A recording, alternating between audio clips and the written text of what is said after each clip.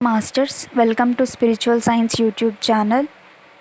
ఈ series of ఆడియోస్లో హనుమంతుల వారు బోధించిన ఇమ్మోర్టల్ టాక్స్లోని స్ట్రింగ్స్ ఆఫ్ టైం అనే చాప్టర్ని మనం స్వాధ్యాయం చేసుకుంటున్నాం. మనం ఎక్కడైతే లాస్ట్ టైం ఆపుకున్నామో అక్కడి నుంచి కంటిన్యూ చేద్దాం. మృత్యువు ఎవరికైతే ఉందో వాళ్ళకి అటాచ్మెంట్ ఎంత పని చేస్తుందో అర్థమవుతుంది. మనుష్యులకు అటాచ్మెంట్ అంటే ఇదే. ఇది వారి గుర్తింపును, వారి నమ్మకాలను, వారి భావాలను గట్టిగా పట్టుకునేలా చేస్తుంది. అటాచ్మెంట్ అనేది వారు ఎవరు, వారు ఏం చేయగలరు అన్నదాన్ని మరుపుకు తీసుకువస్తుంది. ప్రేమ ఒక వ్యక్తిని విముక్తి చేస్తుంది, కానీ అనుభవంతో నిండిన ప్రేమ దీనికి విరుద్ధంగా ఉంటుంది. చంద్రకి తన బిడ్డ పట్ల అపారమైన ప్రేమ ఉంది, కానీ అది అటాచ్మెంట్తో నిండిపోయి ఉంది, అంటే అనుబంధంతో నిండిపోయి ఉంది. తన దేవతపై ఆమెకున్న కోపం, తమ దేవుళ్లపై ఆమె ఎదురుచూపులు, పరిస్థితులు కారణంగా ఆమె దుఃఖం, తన కొడుకు పట్ల ఆమెకున్న భయం, ఇలాంటి భావోద్వేగాలు అన్నీ అటాచ్మెంట్తో నిండి ఉన్నాయి. అటాచ్మెంట్ అనేది తన గుర్తింపుని గట్టిగా పట్టుకునేలా చేసింది. నేను చంద్రను, నేను ఒకానొక దేవతను నమ్ముతున్నాను. నా కొడుకు ప్రాణాలతో పోరాడుతున్నాడు. నాకు నా దేవతపై పూర్తి నమ్మకం ఉంది. నాకు తెలుసు అంతా సర్దుకుంటుంది. కొద్ది నిమిషంలో నేను నా కొడుకుతో కలిసి రాత్రి భోజనం చేస్తాను. తన ఆలోచనలు అన్నీ నేను, నాది అన్న గుర్తింపుతో ఒకానొక బ్యాగ్లో నిండిపోయి ఉన్నాయి. ఆ బ్యాగే చంద్ర యొక్క గుర్తింపుగా తయారయ్యింది. అటాచ్మెంట్ వల్ల ఆ బ్యాగ్ను తన చెస్ట్కి దగ్గరగా ఆ బ్యాగ్ మోస్తోంది. దేవుళ్ళు అందరూ తనకి సహాయం చేయడానికి సిద్ధంగా ఉన్నారు. వారు సహాయం చేయాలంటే తను మోస్తున్న నేను, నాది అనే బ్యాగ్ను కనీసం సగమైనా ఖాళీ చేయాల్సి ఉంది. తను కేవలం ఈ బ్యాగ్ని ఖాళీ చేస్తే మిగతాది దేవుళ్ళు చూసుకుంటారు. చంద్ర తన యొక్క గుర్తింపు అయిన బ్యాగ్ను ఖాళీ చేస్తే తన ఆలోచనలు ఈ విధంగా ఉంటాయి. నేను చంద్రుని, అది నేనేనా? నేను ఫలానా దేవతని నమ్ముతున్నాను, కానీ ఎందుకు? నా కొడుకు ప్రాణాలతో పోరాడుతున్నాడు. జరుగుతున్నదంతా నిజమేనా, లేదా పీడకల? నాకు నా దేవతపై పూర్తి నమ్మకం ఉంది. విశ్వాసం లేకపోవడం కంటే విశ్వాసం ఉండటం ఎలా ఉత్తమం? నాకు తెలుసు అంతా సర్దుకుంటుంది. నేను నా కొడుకుతో కలిసి రాత్రి భోజనం చేస్తాను. ఇది కరెక్ట్ కాదు అన్న విషయం నాకు ఎలా తెలుస్తుంది? మంచి చెడ్డలు అన్న వాటిని నా తలలో ఎవరు పెట్టారు? అత్యున్నత సత్యాన్ని గ్రహించడానికి దగ్గరగా వచ్చిన అన్వేషకుడు లేదా 14 టీ స్ట్రింగ్లు కలిగి ఉన్న భక్తుడు మాత్రమే అలా ప్రశ్నించగలడు. చంద్ర పైన చెప్పిన 2 విధాలుగానూ లేదు. చంద్రకి 13 టీ స్ట్రింగ్స్ మాత్రమే ఉన్నాయి. ఈ ప్రాబ్లంకి ఒక సొల్యూషన్ ఉంది.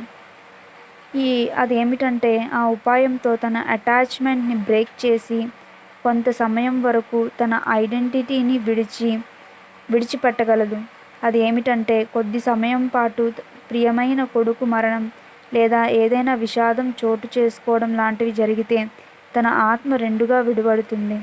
హనుమంతుల వారి ఉపాయం ఏమిటంటే చంద్ర కొద్ది సమయానికి తన బిడ్డ చనిపోయాడు అన్న వార్త వింటే తన సోల్ 2గా విడిపడడానికి అవకాశం ఉంటుంది.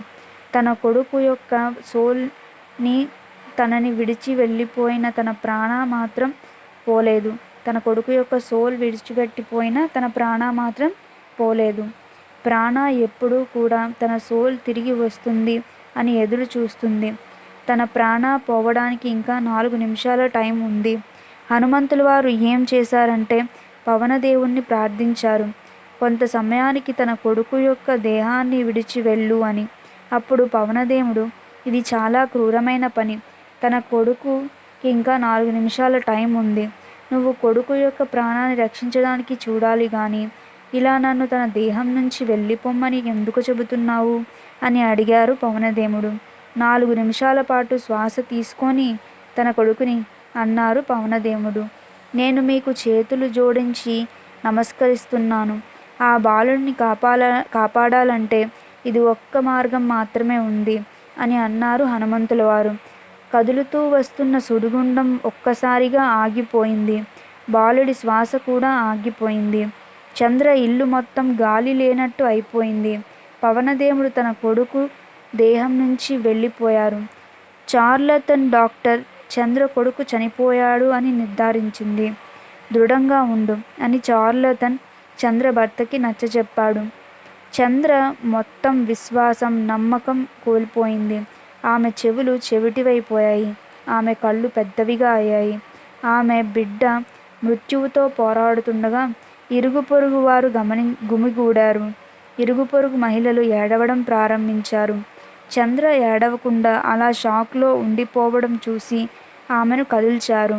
కానీ చంద్ర మాత్రం ఏడవలేదు. తన మొహమంతా ఎక్స్ప్రెషన్లెస్గా రాయిలాగా మారిపోయింది. ఆమె ఆత్మ సంఘర్షణతో కొట్టుమిట్టాడుతోంది. దానితో కొంత భాగం బిడ్డను కోల్పోయిన బాధాకరమైన విషయం ఆమెను తాకింది. ఇదంతా ఒక పీడకల అని రెండవ భాగం నమ్మడానికి ఇష్టపడింది. నేను ఎవరు, ఈ ప్రపంచం ఏమిటి, మరియు మరణం అంటే ఏమిటి అని రెండు భాగాలు సంఘర్షణకు గురి అయ్యాయి. 3 నిమిషాల సంఘర్షణ తర్వాత ఆమె తన ఆత్మను అక్షరాలా రెండుగా విడగొట్టబోతోంది. చంద్ర నవ్వడం ప్రారంభించింది. ఆమె యొక్క దుఃఖం ఆమె మతి భ్రమింపచేసిందని పొరుగువారు భావించారు.